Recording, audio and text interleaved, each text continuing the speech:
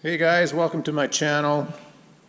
A big thanks to all the subscribers. I've gotten a lot of new subscribers recently. This is part one of the Bayliner rescue. It's a 1988 18-foot Bayliner, 17 or 18-foot Bayliner Capri.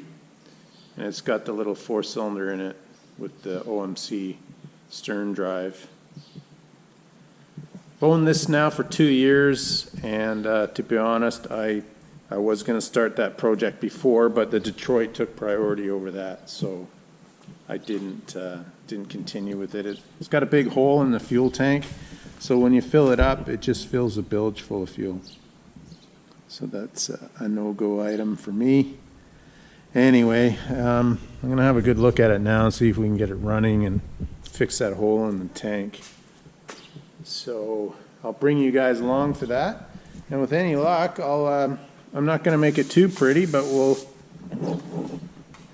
give it some loving and get it ready and get it in the water as fast as I can. I just want to enjoy a little bit before the snow comes, and then maybe make it a big project and clean it up and restore it. It is in a state, I have to say, and it's been parked out in my yard for 2 years, and the guy I bought it from was parked in his place for 10 years. So it hasn't seen the water for probably 10 to 15 years. Somebody stole the prop off of it while it was parked. I mean, it came with the prop. Somebody's stolen that since it's been with me. So I have to replace the prop and lock nut and everything. So anyway, guys, thanks a lot. So we'll call this Bayliner Rescue Part 1 and see what happens.